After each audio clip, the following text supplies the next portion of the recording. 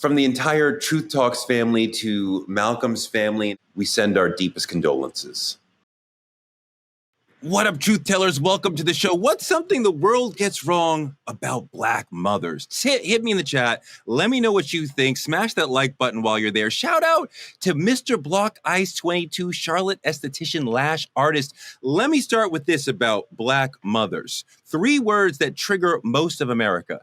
Single Black mom. A lot of people are celebrating that woman, judging her, misunderstanding her. More often than not, she is choosing by default to be that, not wanting to be that. Today, we're myth-busting the stereotypes and digging into the real reasons why more and more Black women are choosing to parent alone. You may think it's abandonment, broken systems, bad partners, bad Black men, but a lot of Black women are choosing single motherhood as the path for them that feels better, that feels safer. We're going to have Eboni K. Williams, my longtime friend, on the show today as somebody who is doing single Black motherhood by choice in a really beautiful way. She's exhausted, but resilient, barely holding it together like so many single Black moms, but making it work day by day. This one's about grace, grief, and what happens when strength is expected and support is optional. Tap in, family, hit the subscribe button on Truth Talks Live and buckle up. This ain't surface talk. This is Truth Talks. Let's go.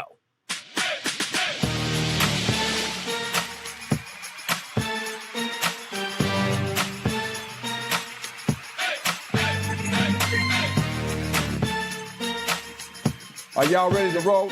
Let's go.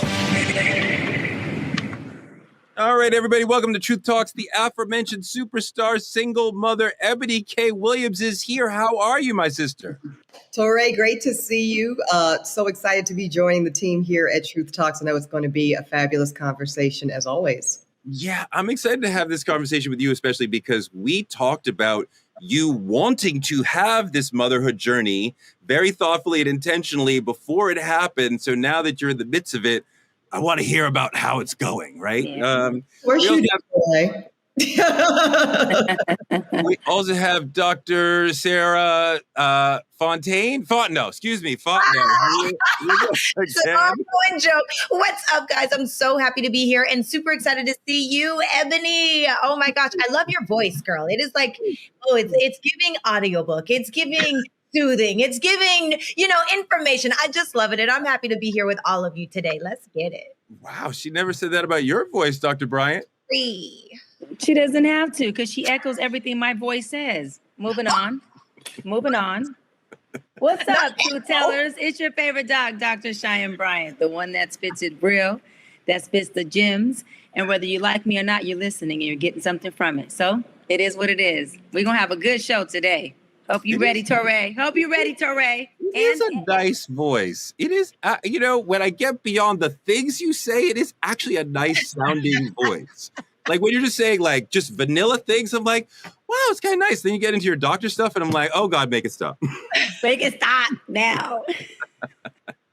All right, let's get into it. We got a lot to get into. Up next, trending truths. Hey everybody, Judge Lauren Lake here. Listen, I need you to head on over to YouTube weeknights at 8 p.m. Eastern time. Why?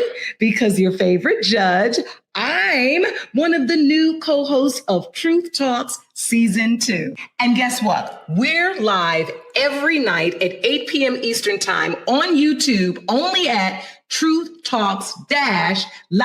I'll see you there. Love Judge Lauren. Trending truths. All right. This week, shots fired on the internet, but that's always every week on the internet. But Shaquille O'Neal promised to punch Robert Griffin III in the mouth if he came for his sister, Angel Reese, again. Look at this. Update. Shaquille O'Neal, Shaq, has threatened RG3 over him disparaging Angel Reese. Here it is. Speaking of man, RG3, tweet another monkey post about my girl Angel Reese. I'm punching your face. Okay? It's enough. Like, I don't usually do stuff like this, but just stop it, bro. You got your job, you got your podcast, leave my Angel Reese alone. I'm the one calling her and telling her not to respond. Stop it. That's the last time. Ooh, man. RG3 reposted a racist monkey post of Angel Reese's NBA 2K26 WNBA cover and amplified the hateful image. I'm questioning, is this the feud that spotlights broader issues of racism, sexism, and Black accountability? Like, especially in how Black athletes or those of color are talked about and portrayed. So athletes are often chastised for not upholding the entire Black plight and or told to shut up and dribble. But real talk, do we need more Shaqs, Shaquille O'Neals? Do we need more of that energy and less of the RG3 in this climate? Absolutely. Listen, first of all, there's nothing like a man checking a man. And we need more men checking men. Women don't need to sit up here and chastise or go toe to toe with another man when we have brothers like Shaq who can say, hold on, listen, it's one thing to have your opinion about somebody. We are all, it's okay to have that. But when you're talking about being a Black man, and any man of any race, and you're calling another woman who's Black a monkey, it's like, I think Shaq and every man, especially Black man, should have been on his ass. I know Ryan Clark, a good friend of mine, does a good job of keeping RG3's name in his mouth while he's checking his ass, because he's continuously having something to say and I believe projecting his identity crisis on the Black community, when it's like, bro, listen, you got Stephen A. You got a lot of people who have a strong opinion about what they don't like about a lot of athletes, male or female, and what they do like, but it never gets to the point where you are ridiculing, you are overtly racism towards somebody who you're speaking on. I just think it's terrible. And kudos to my guy, Big Shaq, the Big Diesel, for even saying something and checking.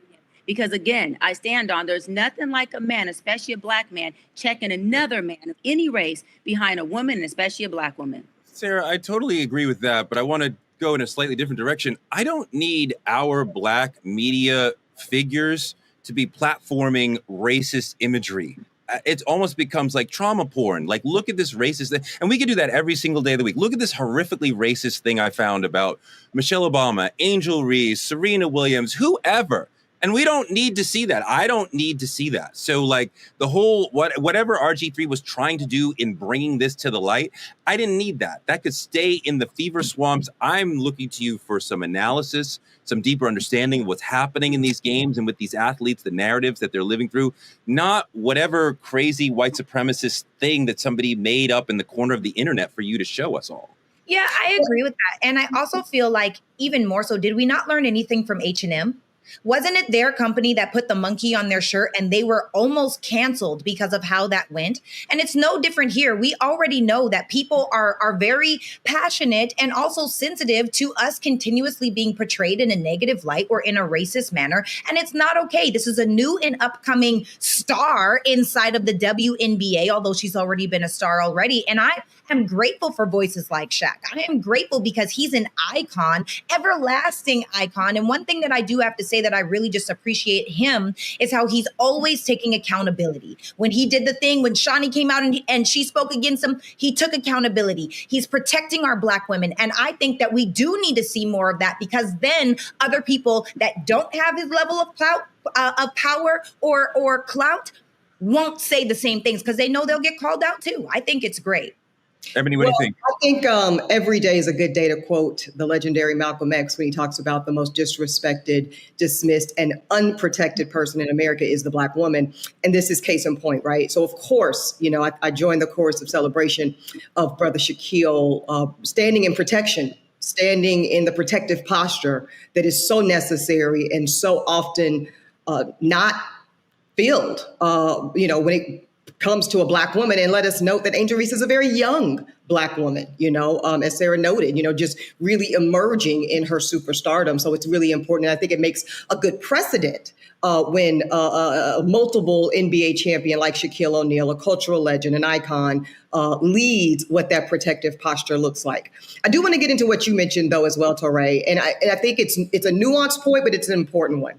Now, I'm generally not in alignment or agreement with RG3, period. And also, if we look at what he contends was his intention with the retweet of the monkey image, but then you read the caption, "I don't stand for Black women being portrayed." That's actually what he said. But hear me out. I don't know if it was pure ignorance, possibly, or if it was subtextually, let me throw rocks and hide my hands. But regardless, RG3 or anybody else that's proclaiming to try to right a wrong as it relates to the demonization and dishumanity of Black people and Black women, don't promote the trauma porn in the process. So if we take him at his word, if we take him on face value that you really were trying to condemn this aggressive and disrespectful theme around Angel Reese as putting her in this monkey, positioning, whatever that was, do us all a favor and don't then promote and amplify the harmful, traumatic image in the process. It undermines, if you really meant well, and that's a big if, you've certainly undermined that in the retweet. 1% of me does hope that RG3 has more to say, because I would really like to see Shaq punch him in the face, just on general principle for the many things that have that's happened. where we agree on, Touré. That's why this is our first agreement in this episode. I hands down agree with you on that. I would buy a freaking ringside ticket to that, and I would treat all y'all with me. You don't have to buy your tickets, okay? $100 pay-per-view. Cheyenne got all of you down. Let's go. Yes. Story number 2, Shannon Sharpe has a good day and a shocking twist. Shannon Sharpe has quietly settled the lawsuit that was lobbed at him for $50 million when a white woman accused him of rape. The case that rocked the sports media world after his viral live sex performance has ended with an undisclosed settlement. Let's take a look. Shannon Sharpe has settled a sexual assault lawsuit. According to his lawyer, the Hall of Fame tight end and former Denver Bronco had offered at least $10 million to settle the claim before the suit was filed in April. Now he's likely paying an amount that exceeds that. The terms of the settlement were not disclosed. Lawsuit originally sought damages of more than $50 million. Sharpe strongly denied the allegations. He stepped away from his job at ESPN, vowing that he would return when NFL preseason begins. That's not far off, and it's not clear if he'll be back. Eboni, Shannon has maintained his innocence throughout all this. He's called the lawsuit baseless and defamatory, yet he has settled. Why do you think he chose to settle as opposed to, say, fight it the way we saw Jay-Z do recently? So it's a few reasons, right? And this is really just civic tort 101, right? Sometimes it's just advantageous to settle, even if, there's no admission of guilt per se. It's not worth the continued public scrutiny. It's certainly not worth the continued commercial loss, the revenue loss from all the things he's going to be literally sidelined for, not invited on, not able to do the live touring for the podcast that him and Chad Ochocinco have, not able to be appearing on ESPN during this time. Just if for no other reason than to get your bread back up, let's go ahead and adjudicate this. Now, I'm not saying that all those opportunities are going to come rushing back to him, by the way, but certainly he at least puts himself in position to be a working man again, which right now he barely is. Go ahead, Touré. Settling for most people who aren't in the legal profession suggests guilt. Even if you say no admission of guilt, most people hear, oh, you're admitting you did something. Yeah, but so what we know is Shannon Sharpe and his attorney Busby here decided that even to that conclusion that most people are still going to think you probably did something or all of it, it's still worth the risk. This is a calculation that says, maybe I am forever tarnished and perceived as problematic in this area of sex assault and sex abuse, and that is a risk we are going to be willing to take, as opposed to let even probably more damning and horrific things come out in a trial. So you got to look at what's on the other side of trial, Touré. That's not typically a clean, fast, or easy route to take. It might vindicate you. You might come out on the other side in a redeemed capacity, but everything it takes to get there, if you get there, can be very costly. The last thing I'll say is this. I remember Shannon Sharpe saying, and this went viral shortly after the lawsuit was filed, that he believes in response to Monique and many other aunties in the community saying, you need to date a woman your age. Shannon Sharpe's response was, I think I should date my rate. Well, I have good news for Shannon Sharpe. He can say he's dating his rate. And what we now know the rate was in excess of $10 million, which was the original settlement offer. Yeah, it's good. Ooh, child. Ooh, child. So now the rate is established. It's fabulous. Ooh, child. Oh, Eboni, you slay me. Cheyenne, what you got to say? The rates and the race and the age are all established. Yeah, I just think that it was a smart move for his attorneys to say, hey, let's just settle and get this shit out the way. Let's not drag it on.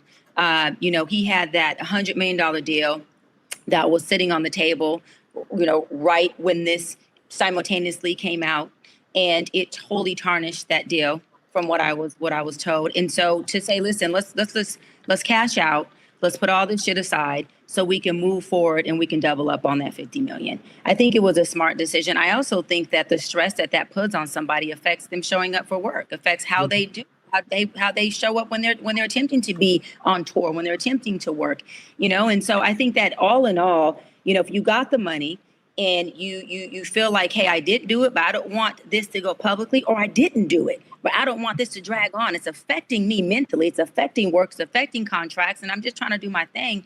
Hey, you know what?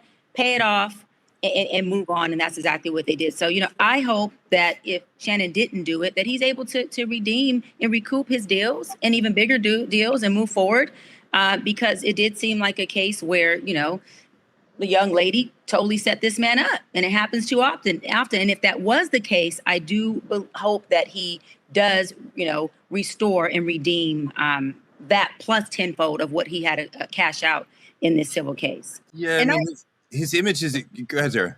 I do think that he will redeem, because I do think that the people are writing for Shannon. And I say that because, even after he went forward and came public and said what he had to say, it seems like it really died down. We were all into it. We were invested for a couple of weeks. And then over these last couple of months, it kind of died down. And now it's coming back up because we're getting a decision out of it. I do think that the timing of it all, to me, screams setup. Just like Dr. B was saying, this is giving a setup. This is another young woman. And at the end of the day, there's just so much evidence that I saw. Now, I'm not a judge. I don't know. I don't know what this man did. I'm not saying he's innocent. I'm not saying he's guilty. What I'm saying is, at the end of the day, some people are freaky and they want to do what they want to do. And I think this was role play. And I hope that this man does live it down if he didn't do it. Well, I will say this, Dr. Sarah, it was expensive role play if it was indeed that. And the other piece, and again, let's just speak on the consequences across the board as to what this type of choice on Shannon's big aged part looks like. And the other piece is this. We just must put all the elements on the table. It did quiet down, Sarah. You're right, because he got overshadowed by a little case called the United States of America v. Sean Combs. Yeah.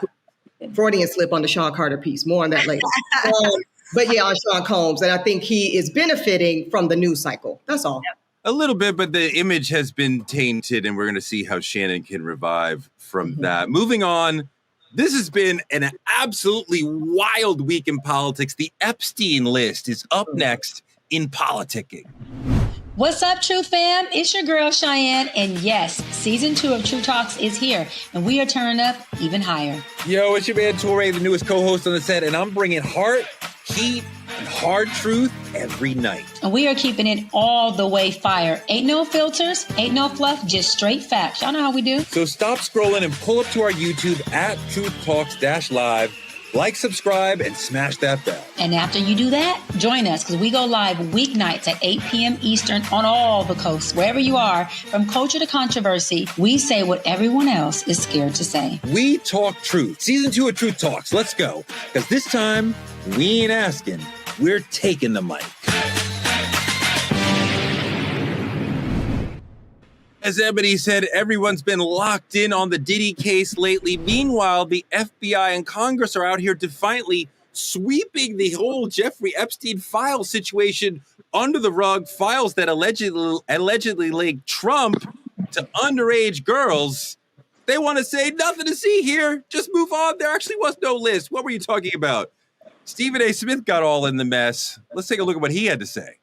With all of these things that's going on, that the left didn't want to happen, that you on the right said you wanted to happen, with the borders being closed, supposedly that being handled, with migrants being escorted out of this country in droves, according to you, and what you wanted, you're in an uproar off the Epstein list. That's all you've got? It's really, really surprising that this matters. Of course, I think there's a list, but I don't know. I suspect, but I have no knowledge, nor do I care. It's Friday night. I'm getting ready to go out and enjoy myself. I'm getting ready to have a nice weekend. I could give a damn about the client list, the Epstein client list. It has no effect on me whatsoever. I have a life. I don't understand for the life of me why this matters so much to these. I'm talking about people losing it. They're crying on camera. They're talking about resignations. They're pissed off about everything. I'm like, really? Ooh, okay. So we all know that Trump is on that list. We know it. But here's the question. And I have this on twofold, right? Because I'm Canadian, and where I'm from, legal age of consent is in fact 14 years old. Okay, that is legal age of consent. Now, in different states, it is much older than that. So in America, if Trump were to be exposed as a pedophile, is that finally the line that the cult draws? Or are they going to ride for him like nothing even happened? Do we take age into effect? Do we take all of these things into effect? And now that it's swept under the rug, what happens? Sarah, here's part of the problem for Trump, and what Stephen A. said was really disgusting, and his entire attempt to foray into politics gets more and more embarrassing every time. He's always here to protect the powerful. It's ridiculous. But the problem here for Trump is that he kept telling his people, this is an example of corruption in government. Here's a globalist pedophile. I will do the right thing and out him and prove that I am the moral one who's working for you and doing the right thing and not falling for being part of government, not falling for being part of the scam of government protecting the powerful globalists who are actually pedophiles. And then he gets into office, and now it's like this bait and switch. He pulls away the football like Lucy, and he's like, oh, actually, there were no files. You said that there were. You were mad at Biden for not releasing them, and now we're here. So the MAGA feels lied to. And a lot of the ways that the left gets mad at MAGA for continuing to support him, they're like, that's what he said. He said he was going to be mean to immigrants. He said he was going to do this. He said, this is something he did not say. He said he was going to do the opposite. So now they feel lied to. Now they feel betrayed. And you're starting to see, yes, a crack in the MAGA constituency. It doesn't need to be 50% of MAGA's leaving.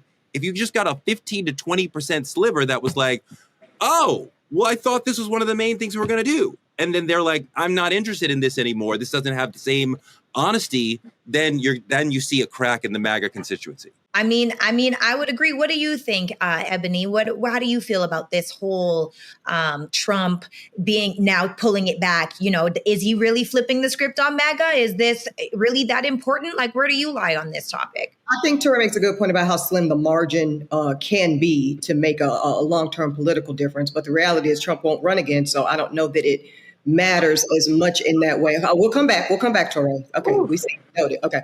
But I will say, a little lesser known tea. No, to answer your question directly, Sarah, I don't think it will make a significant difference in the way his general cult of personality following will support and ride for him. Here is why. I have a robust pageant background, particularly in the Miss USA system. Trump was the owner for a very long time of the Miss Universe organization. That included Miss Universe, Miss USA, and Miss what? Teen USA. Mm-hmm. And it was well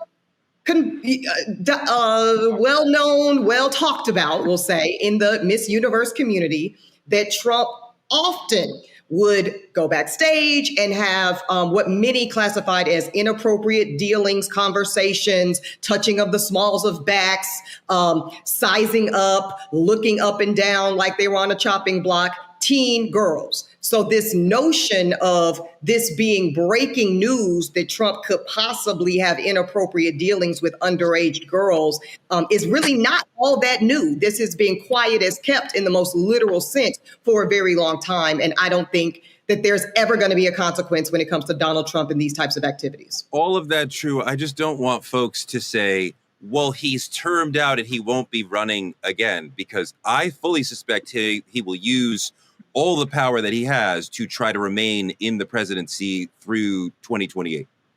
Oh, through 2028. Okay. Yeah, totally. I just think this is the thing. This is a man we're talking about who said that it's okay for him to grab a woman by their PUSSY. He said that, out loud, didn't expect it to hit the TV screens, media, but he also said so many things that tell us exactly who he is. I always say there's one thing you can definitely guarantee somebody to do is to be their damn self. And when we're talking about Trump being who he is, which is this narcissist, this very dictatorship personality, this I do what I want to do when I do it, especially in a time back with this Epstein stuff, these guys didn't have social media like we have. They were moving and grooving and rocking and rolling and having no type of evidence, no cell phone videos, nothing going on. It felt like they would be able to continue to do this narrative, this rhetoric, and this sexual abuse on not just children, but adult women as well, in any form and fashion that they want to. This shit is just now coming to the forefront because we have so many people who now have access to documents, that have access to information, and we have something called social media, not just media, that's saying, listen, I'm going to expose everything about anyone because a couple things. Either they think it's wrong or they're clout chasing. One or two. Either way, it's putting people in a place of having to take accountability and answer to the things that they've done way back in the past. So I'm not surprised that Trump did this. Do I think that the Republican Party is surprised? No. Do I think they feel like he's let them down because of this one isolated incident? Hell no. I think the Republican Party looks at this fool like this clown is running an entire circus. And there's things he's doing that we thought he would do. And there's things he's doing that we had no fucking idea that this man was going to even try to do. But everybody, I feel for the most part, I mean, I'll say everybody, majority of people of all parties, I believe is thinking, who in the fuck is our leader? What the fuck is he talking about? And where in the fuck is he bringing us to? It looks like a ditch. I wish that was the way the right was looking at it, but his approval rating among Republicans has gone up a couple ticks. So they continue to think that he is the greatest thing. Eboni, quickly, one more thing. The DOJ just fired Maureen Comey from the SDNY, who a longtime prosecutor there, who surely must know some things about that situation with the Epstein file that you wouldn't want somebody just walking around knowing if you're the Trumpies. I don't think that was a very smart strategic move to let her go when she could whisper to any reporter and blow Trump's lid off. But she wouldn't, because she's ethically bound not to. And I actually believe most of us that take that oath as attorneys take it seriously. Here's the other thing, though. I actually think she should have gotten fired, Epstein aside, because she totally fucked up that Diddy trial. She really, really did. But you know, prosecutors don't get fired for that sort of thing, right? Like they do. Actually, they do. When your office is being scrutinized on a global scale, as that office was with this particular high-profile case, which they'll never probably see the likes of again in the next 10 years, no, her ass needed to go. And the also good news, Touré, is she's not the only one privy to the details and the files and the evidence of what the DOJ might have over Trump. But we're not pretending that she was fired because of the Diddy trial. That had nothing to do with it. I do think it did. Why would you say it had nothing to do with it? No, this is about Jim Comey. This has nothing to do with the deal. No, but why would you say it has nothing to do with it? Because generally prosecutors are not fired for that sort of reason. And yes, they are. Where do you get that from? I've absolutely who's like, this is not appropriate. The biggest case.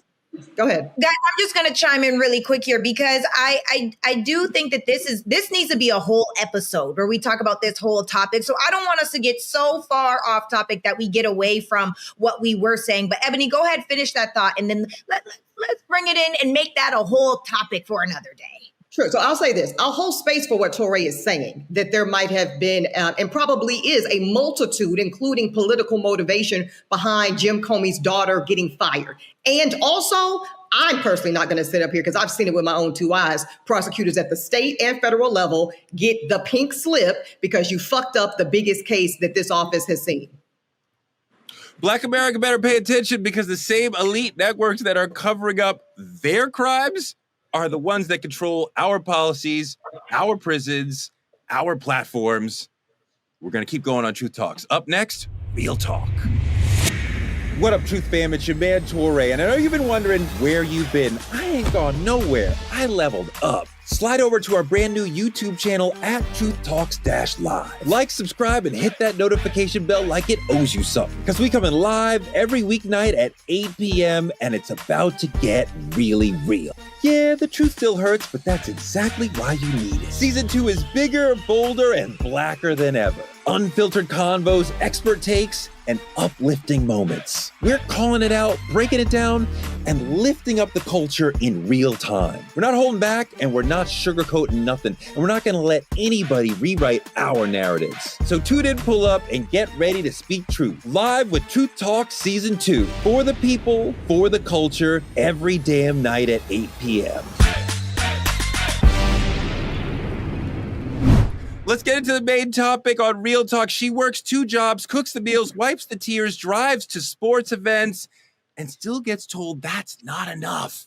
We call her a strong Black mother, but keep it a buck. A mother is a teacher, a nurse, a counselor, a chef, a maid, a chauffeur, a referee, a best friend, all in one. It's a lot. You are everything for that child. So tonight, let's ask the uncomfortable questions, the real questions. Are we truly honoring single Black mothers or just using her strength to ignore her pain? And has the image of the strong Black mother unintentionally sidelined Black fathers?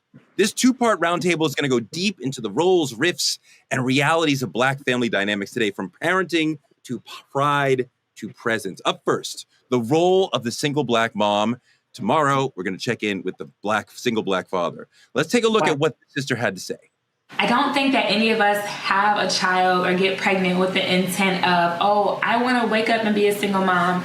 I don't think that many people went into their situations or their journeys like that. And so however you got into this position that you're in right now as being a single mom, I want you to just take a step back, be very kind to yourself, and to forgive yourself. I think oftentimes we can't parent how we want to because we're full of shame and we're full of guilt.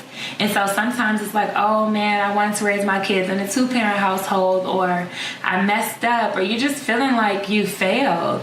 And so for anyone who feels like they have failed today, I just want to affirm you and say you did not fail. Beautiful. Yeah.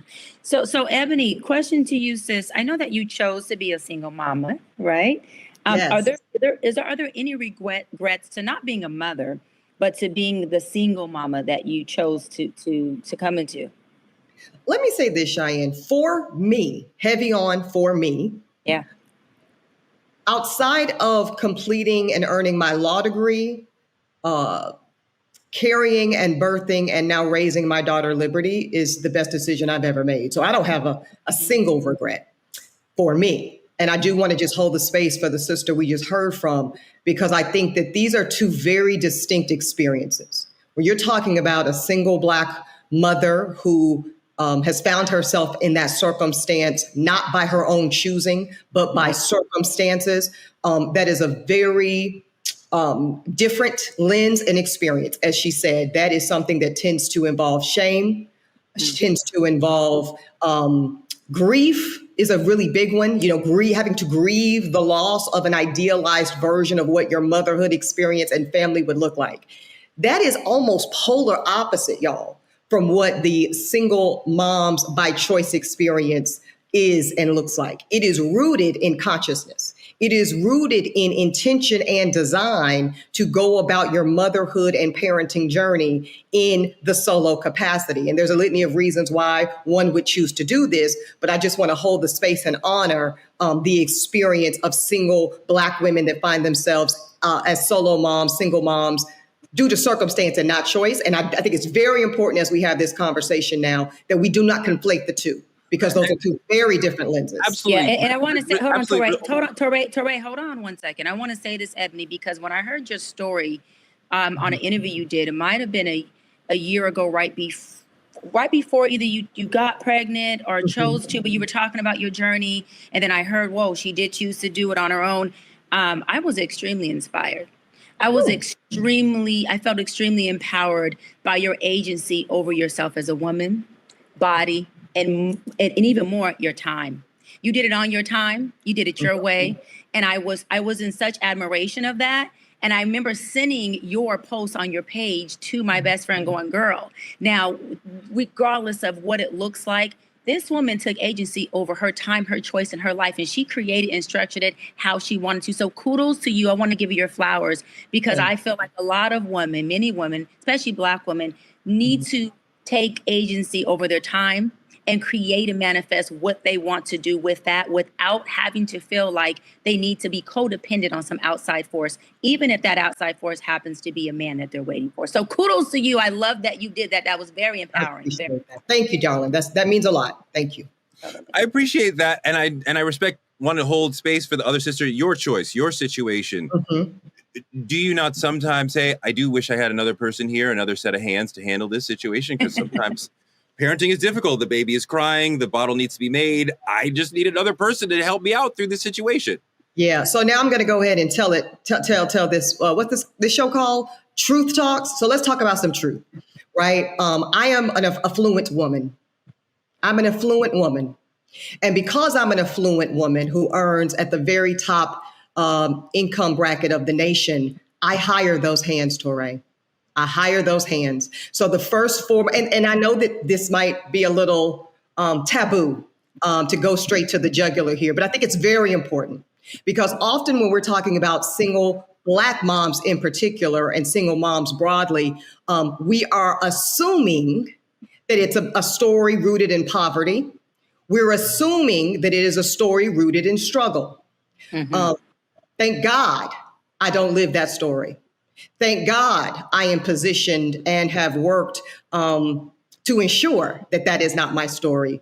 And let me be very clear. And I'm not saying you need to be a wealthy woman to be a single mom by choice, but as somebody who was born to a single mother by circumstances, who was crippled by poverty and struggle, that would never be anything that I would choose to duplicate. So because of my affluence, because of my relatively high financial positioning, I was able to have a night nurse the first 4 months of my daughter's life. She came, I'm just telling y'all all my business. She came Monday through Friday, showed up at 8 p.m., left at 8 a.m. This allowed me to get a full 8 to 10 hours of sleep every night, barring the weekends, for the first 4 months of my daughter's life. There are married women that cannot say that.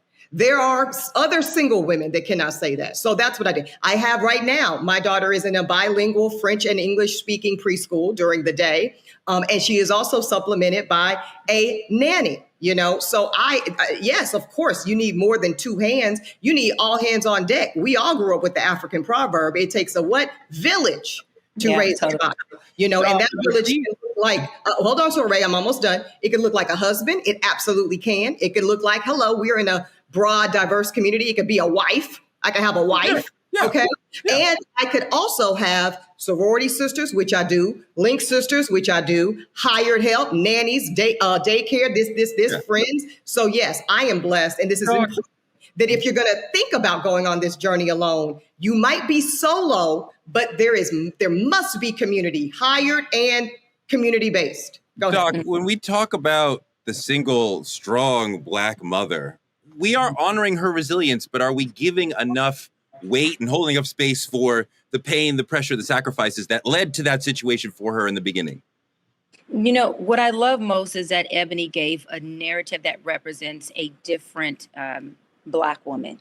She gave that narrative of a Black woman who says, hey, listen, I had my child into equity, unlike herself, who was born into deficit. And I've created a certain environment and lifestyle that allows my child and me to thrive and mentally be healthy and be able to have this support. However, there's women on the flip side, like Eboni also mentioned, that don't have that support. They don't have the economic resource. And so I think it's more about celebrating the woman who Eboni's voice fits and saying, hey, do your thing. Happy you went from what I call the hood to the hills, and happy that you created this equitable lifestyle for your child. Do you, go girl. We see you. We support you. Awesome you. And then telling the other women, listen, sis, let's get to the table together. What resources do you need? What support do you need? How do we couple you with people maybe like Eboni who can help you figure out what this structure looks like? How do we get you mental health services? How do we make sure that your child and you, even if you were both in a deficit space of that lifestyle, how do we get y'all to start building equity on top of that? I think we need to not just celebrate single Black mama and resilience, but understand that shit is really hard. Whether you are a mama like Ebony who has help or a mama who has no help, it is challenging. And we have to figure out what is the challenges and how do we fill those gaps. So our single Black mamas, whether they are socially, economically, affluent or not, have the support that they need. Because although Ebony is saying, hey, listen, I got the money to put people in place, I'm sure mentally and emotionally, there's times where she may think, hey, wait a minute, I have a nanny who's helping me raise my kid. Am I okay with that? Is that my idea of what a mama would be? Do I feel like I'm giving my child enough time? Is the nanny getting these moments that I wish I could have? So with all of that being said, there's still gaps in spaces with, I believe, just being a mama where women need resources. And I'm not a mama, but I can't wait to be one. I am an auntie, I am all those things. But I do know my girlfriends who have kids, my number one thing is trying to figure out how I can support them with their self-care, their mental health, and even their time. And I noticed that they really, really, really appreciate those things, whether they have economic status or not.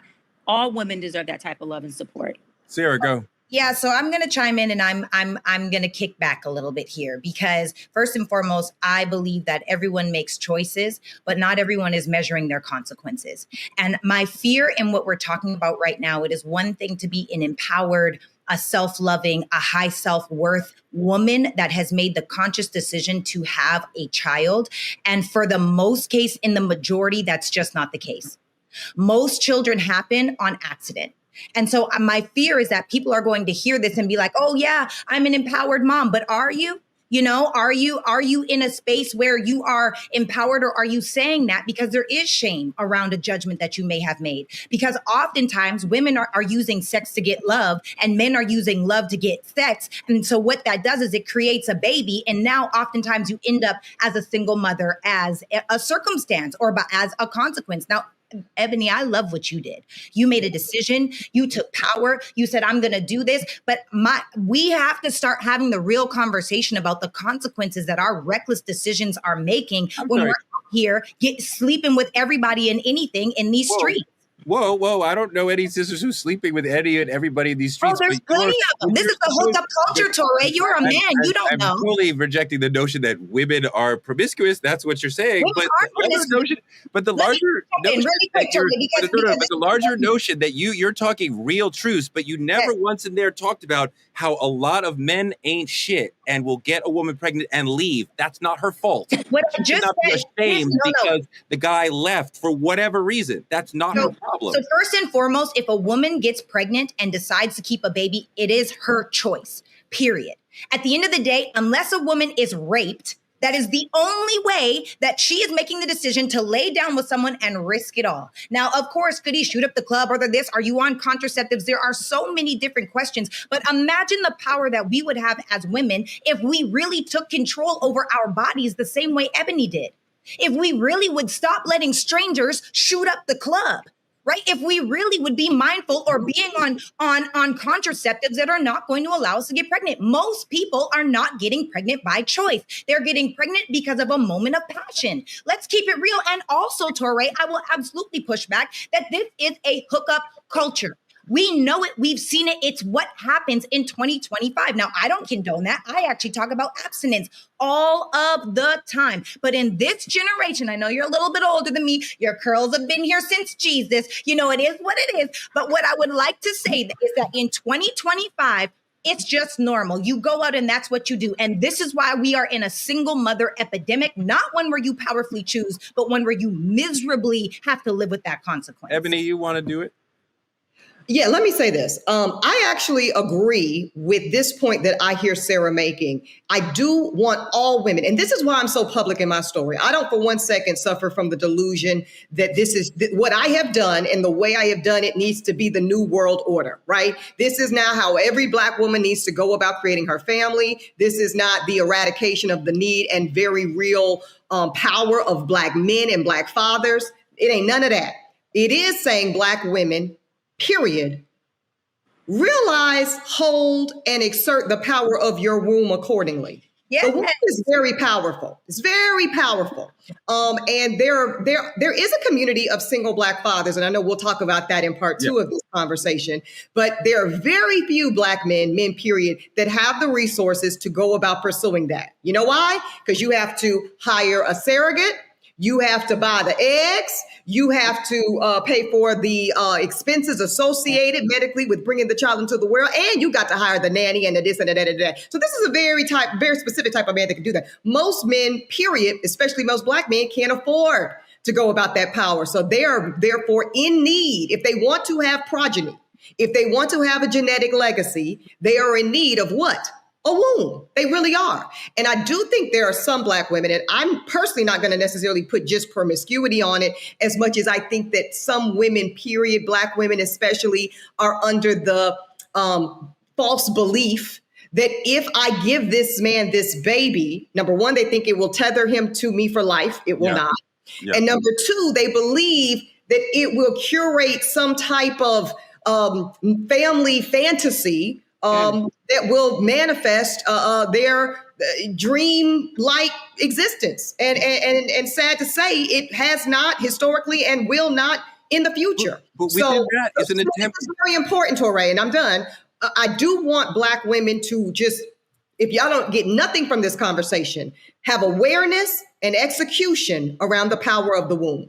Yeah, but within all of that, you have to have a man who values all that, who wants to stay, who doesn't see family as something to fear, but as something that he wants to be part of. And lots of Black men are part of their families. But when I look at a single Black woman, Doc, I don't say, oh, she made a mistake. She shouldn't have chosen. I'm like, there's probably a brother who did her wrong and is probably continuing to do her wrong by continuing to not be part. I don't even understand how you could have a child in the world and not be in the child's life. Even if I don't want to have a relationship with you anymore, I got to be there for my child. And, you know, Sarah, I think sometimes we don't see what the father is doing. You see that single mother, but you don't see what the father is doing. You may be judging somebody who's standing up, but you don't see it. But Doc, there's another aspect to this too that I want to touch on. The overwhelmed single Black mom may want to carve out time to try to find or have a healthy romantic relationship. How does she do that? How does she get into that whole dating world, which can be very difficult, while she's also prioritizing the life of her child? I think first that woman needs to take a self-inventory and turn the lights on and see how she ended up in that situation or circumstance to begin with. I say that because oftentimes if she goes on and continues with her choosing a mechanism, she's going to choose the same thing that she calibrated to begin with. We all have feeding stations and we set these things up. And if we don't change up our appetite, we continue to choose the same food that we feast on. And so it's a duality of, wait a minute, you know, let's make sure we're not just choosing men who are good for the season that we're in. If that season is trauma, if that season is grief, if that season is despair, and we're choosing men who we look at and say, wait, he can be a good man for me and my child long term. So there is a duality of accountability where, yes, I agree with you, Touré. And that's one thing I actually do really, that's one of your perspectives I do really admire and I really do love is your perspective when it comes to being a husband and being a parent, not your parenting style, but being a parent in the sense of, listen, because you say, listen, my wife can do one thing that I cannot do, which is bring legacy in this world for me. And I love that. There's nothing I won't do for her. You cooked on that when you said that. And so I say that to say that women need to first take the inventory and say, wait a minute, let me figure out what I did and declutter so I don't make the same choice and end up in the same circumstance, because that's just called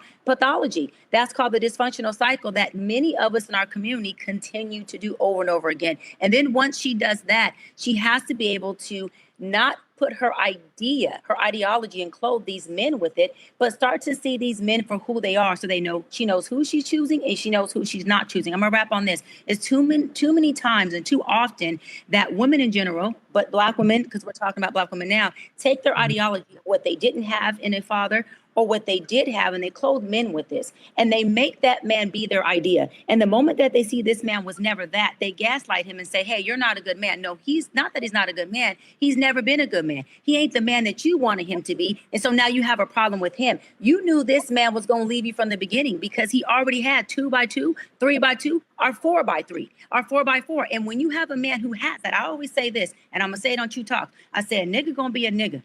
And a man gonna be a man. And if you choose a nigga and you think because you are who you are is gonna change him, that's arrogant, that's disbelief, and that is delusional. And you gotta change the way you think. Wait a minute, we don't change a man, we don't keep a man, and we don't make him and give him anything he doesn't have. We water it, We got to see him for who he is, and we have to choose him or unchoose him. And that's the bottom line. You may not have understood the dig that she made because she doesn't think that it's right that I don't spank. Never. I understood that. First of all, I watched the show, so excuse you.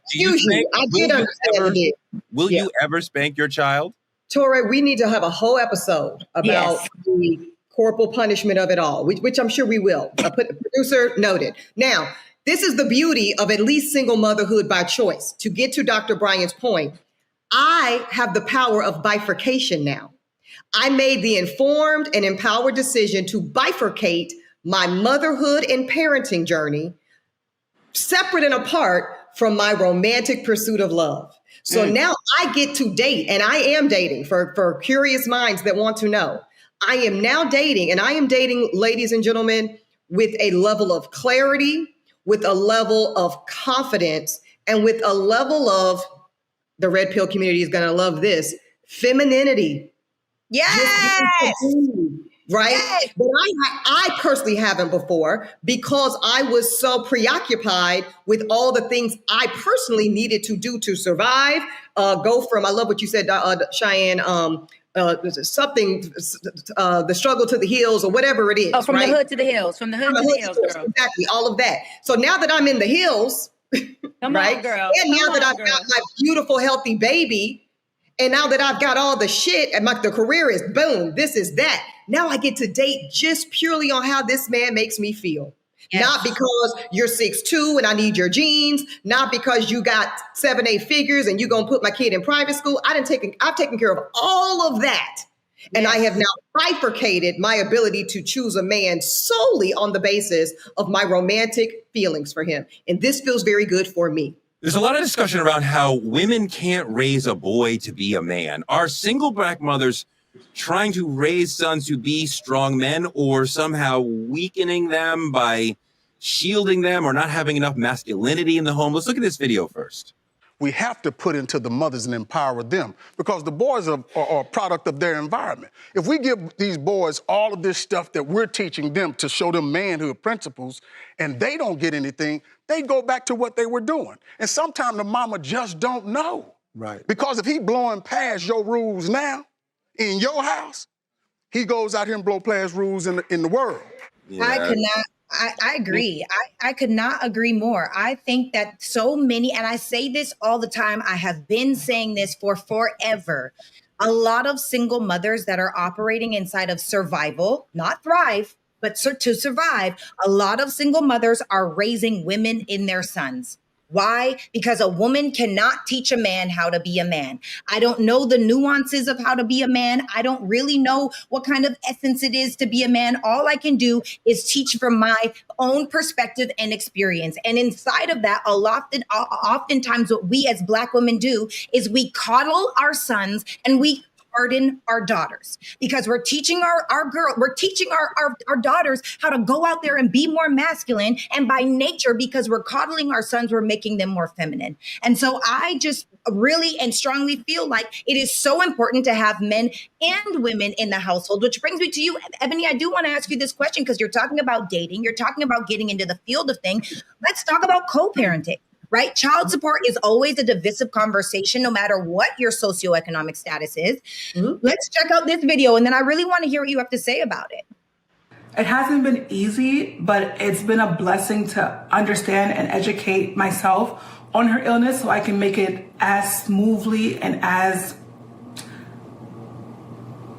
smoothly as I can for her and for my mental health. And so in that video, I was just talking about the struggles of just the day-to-day, not really having help from their, how should I say this? From the other half. I feel like there's a misconception with the custodial parent, which is the one who has a child all the time, and the non-custodial parent. Like the non-custodial parent think if they're just giving child support, that's all they should be doing. Boo-boo, no, that's not it. It is, to me, it's so much easier just like, oh, here's a few $100s every month. It is much harder for someone to be dealing with but raising a child every single day through all their different stages of development. It's hard.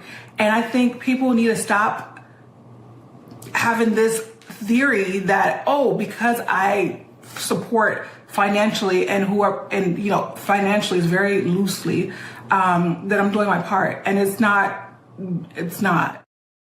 Well, and I know for this woman too, she's a mom of 3 and one of her children actually does have special needs. So do you think, Eboni, that family courts and social systems made the single Black mothers the default parent or the default villain for demanding money and accountability? And do you think that money is enough when it comes to parenting? So a few things. I used to practice family law, so I'm well versed in this child support, child custody area. A few things. No, I don't necessarily think that the court system has made the single Black mother the default parent. I also ring the alarm on this. This notion is changing in real time generationally. More and more and more fathers, and Black fathers at that, are fighting for at least joint custody legally and physically for a number of reasons. They might not be willing to pay the level of child support required, or they might just want to be more active and present in their children's lives. I do want to point this rebuttal out, though, Sarah. I don't disagree in theory that a single mother, a woman, cannot adequately raise a son in terms of lived experiences of a man. But let us note that just this week, our former 44th president, Barack Hussein Obama, said that he didn't believe he had the tools or that he was equipped to raise a son. He sure did.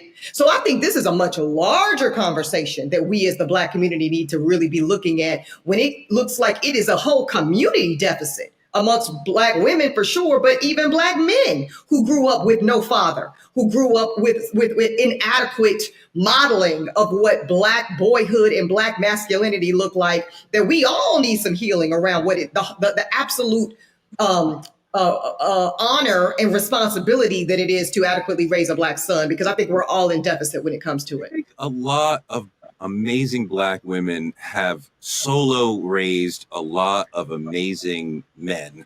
My father being one of them, who never lived in the home with his own father. He died before he was born.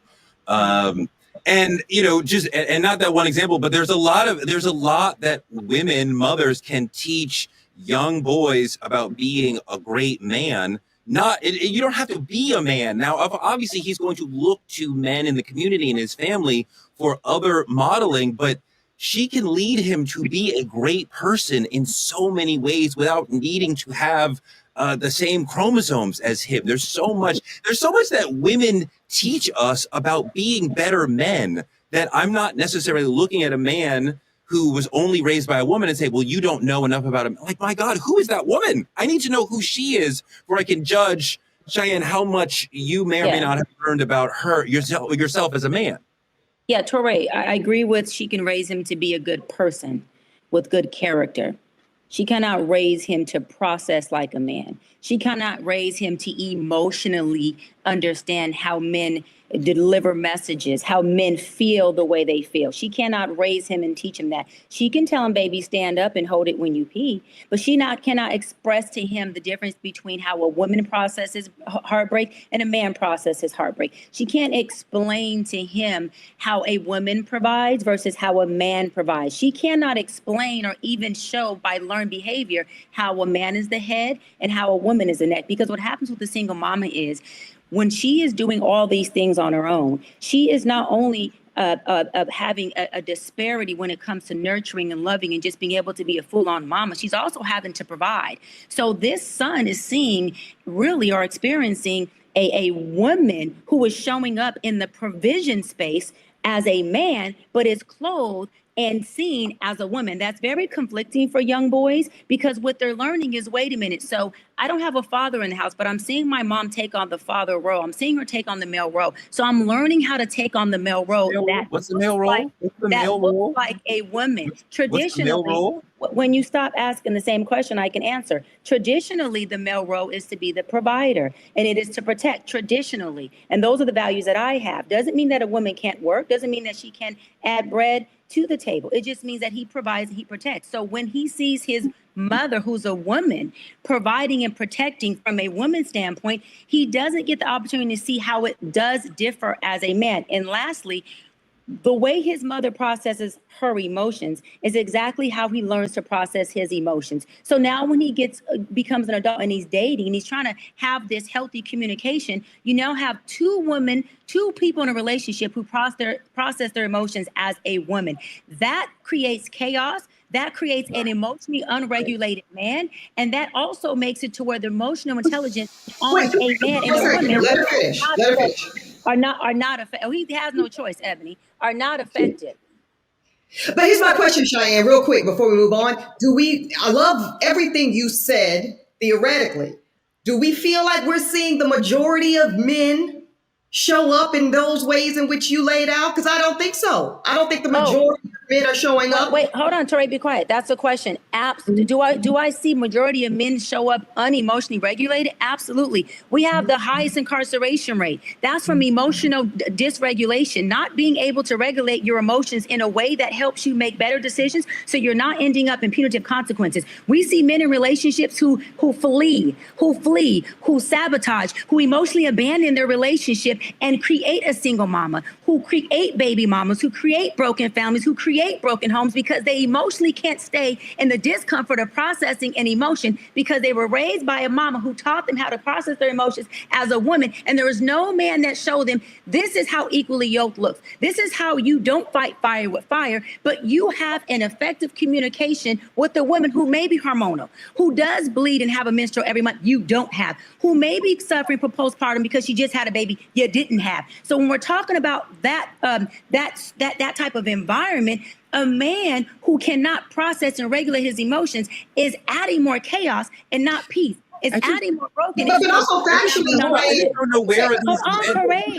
Hold on, because I hear that, but then we can look at the big example of Cam Newton, who wasn't in some broken single mom shit, who was in The Preacher Man and his wife, and should have been taught all of these wonderful things of regulation and leadership and protection and honoring and commitment, and shows up in none of it. So I just don't know that any one of these models is a real. That's perfect. Touré, hold on. This is not, you have no dog in this fight. Okay. No, I have a dog in this fight because you're talking about men, and you're talking about men as if we are emotionally intelligent. We are not. Whether or not we were raised with a mother or not, we are not emotionally intelligent at all. So I don't even know what you're talking about.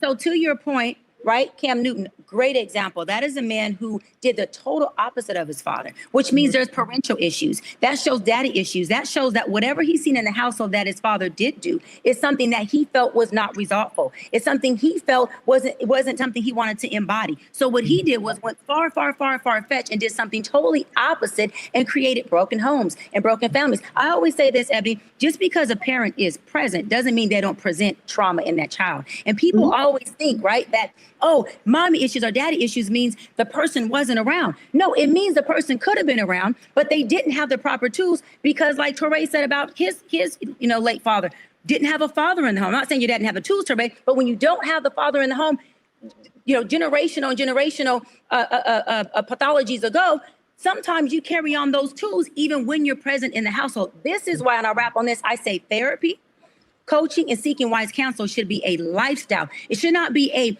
interventive measure. It should be a lifestyle where people say, let's have think tanks. Let's go to therapy. Let's get the proper tools. Let's read books. Let's commune with each other, Eboni, and talk about how we can parent. Because if we don't, we have men who are doing just what they're doing today. They're unemotionally regulated. They cannot sustain a family. They cannot sustain themselves. And they can't sit their ass in discomfort because they never were taught that it is healthy to feel emotions, but it is not healthy to get into your feelings because feelings cause problems, emotions don't. The dysregulation, okay, fine. There are almost no emotionally intelligent men.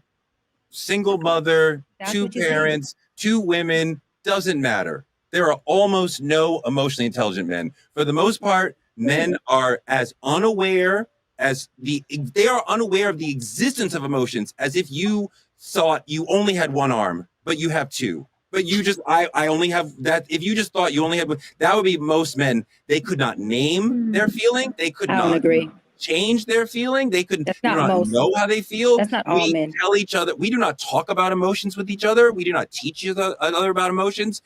We are allowed to feel anger and maybe joy around sports, but that's it.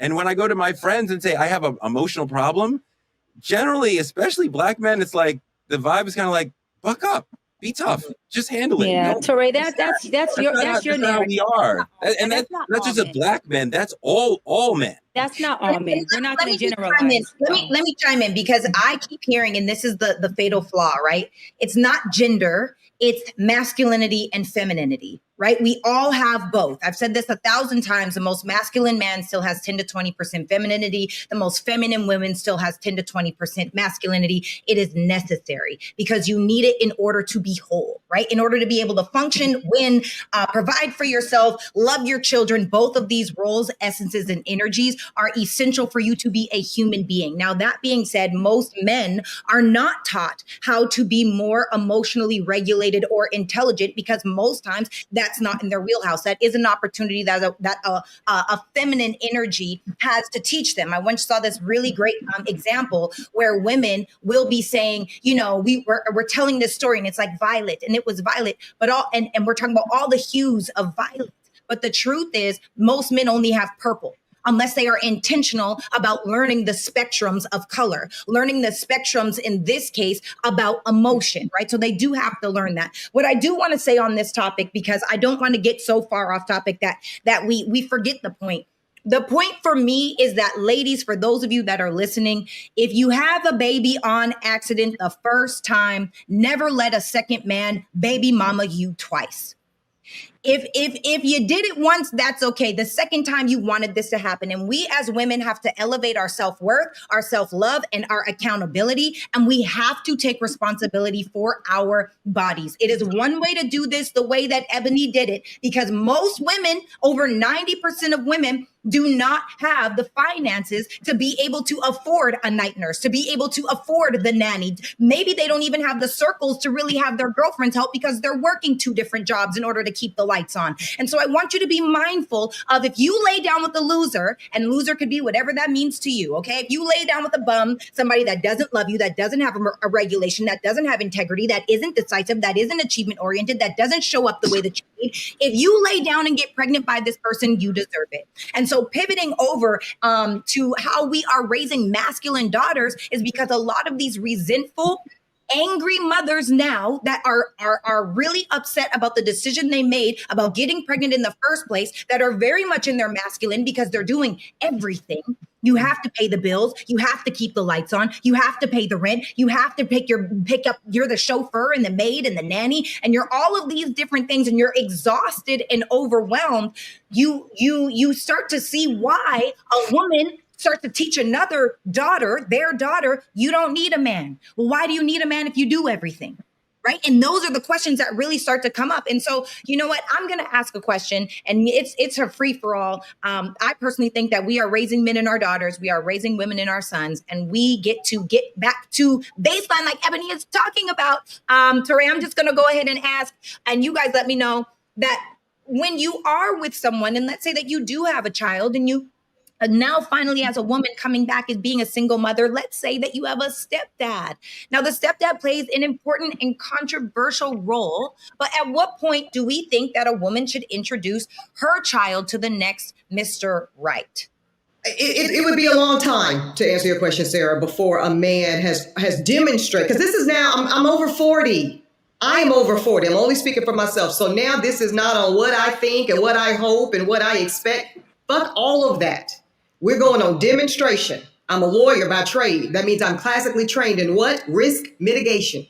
Okay. I am only going on the evidence that I see, and it would take me a substantial amount of time. I don't want to put a number on it, but something substantial for me to assess and be assured that this man has the values, the consistency. Because when we look at, by the way, data points that look at children of single parent households having higher incarceration rates, higher school suspension rates, just more disrupted life, it's not the single parent that is the issue. It is the disruption, right? So whether it's divorce, whether it's somebody moved out, it's the disruptive nature of the household functioning that causes the chaos and the dysregulation and the upsettedness in the child. So it would take me a very long time to say that this man has demonstrated consistency, values that are aligned, and just ability to frankly be worthy of sharing space with my daughter. And then I will enthusiastically invite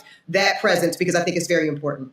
I think that's really great. And Dr. B, I've heard you talking on different platforms saying that you are excited about bringing a baby in your 42nd year, which is this year. So I know that you are excited about bringing a baby and not being married, which means you're single because we're not married, right? Yeah, totally. What can you tell men on how to show up for single moms in a dating scenario? Well, first of all, I think that a man also is allowed to have the preference of not wanting to date a woman with kids. I don't think that makes him a bad man. I think that he may not want to show up for any children outside of which are his own. But if he decides he wants to, I don't think that's something that we here or any expert can tell a man what to do. I think that's a conversation that he has with that woman and says, hey, as a mother and as a woman, what is it that you need? Right? From me as a stepfather, what capacity are you comfortable with me being involved with your daughter or your son? What does that look like? What is the process? How slow or how fast would you like me to move? What do you feel?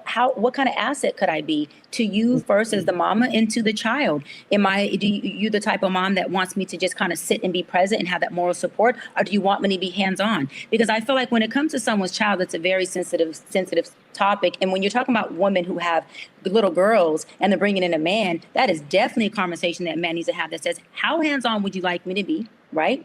What does that look like for you? And what is your pacing when it comes to me and your daughter? What does me investing in her look like? Because I want to make sure I'm doing it in a way that you receive it. I always say ego is me giving you what I want you to have. But love is me asking, how can I serve you? And those two people are different. And I think that saying, how can I serve you and how can I serve your child, for me, at least, if I was a mama, would be the ultimate love language for me. How do you serve us? And lastly, I'll end on this. I would say, men, make sure that you are coupling them. Not the mom and the child are not separate. That woman and those kids or that child come as one. What do y'all need from me? Have y'all ate? Do you want to take a family vacation?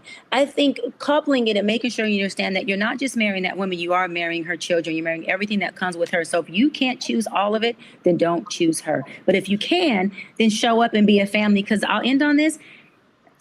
Folks who are single mamas or single papas, they're not doomed. You can still go create a beautiful family because Eboni, or I think one of y'all might have been you, Sarah, touched on it, that, a broken family can be much more impaired than a broken home. And so it's like if you have a home, right, where a broken home just means you have one parent in the home, okay? But a broken family means everybody in that house. And if everybody's in that house and there's more impairment in that house, then a broken family is causing way more impairment than if you just were to leave the home and co-parent in a healthy way and just create a broken home. So, yeah. That's my 2 cents. And I do have an intact home. That's just for me and mine. It's just full. It's just me and her. We good. I got a lot of respect for any man who takes the choice to help raise another man's child. He loves her so much that he's going to love and raise her children with her. I think that's a powerful and amazing choice that a lot of men are making, and I respect that. Okay, that's it for this episode of Truth Talks. Amazing episode, you guys, especially Sarah and Eboni. Other people were here. Appreciate that. But before we go, let's be real. Strength without rest is survival. Strength without support is exhaustion. And strength without space to feel, heal, or fall apart is not strength. It's silence dressed as armor. So tonight we leave you with this. Honor the single Black mother, but stop expecting her to carry the weight alone. If you're a single mom out here doing it alone, we see you. I see you. If you're struggling, we hear you. And if you're somewhere in between, you're not alone. Tap in with us, share your story, start the healing. This is Truth Talks. You already know. We don't do the latest tea. We speak to your soul. So hit that subscribe button. Drop your thoughts in the comments. Go have a baby. And we're going to catch you tomorrow night when we flip the script and ask about single Black fathers with Dimitri Wiley. Because right there, who cares? Just go have a baby. Keep supporting the show by telling a friend to tell a friend to check us out. See what I mean? Bad parents get bad advice. Don't do that, y'all. Bad advice. We'll be back weeknights at 8 p.m. with more conversation about parenting with non-parents. See you tomorrow night. Good night, y'all.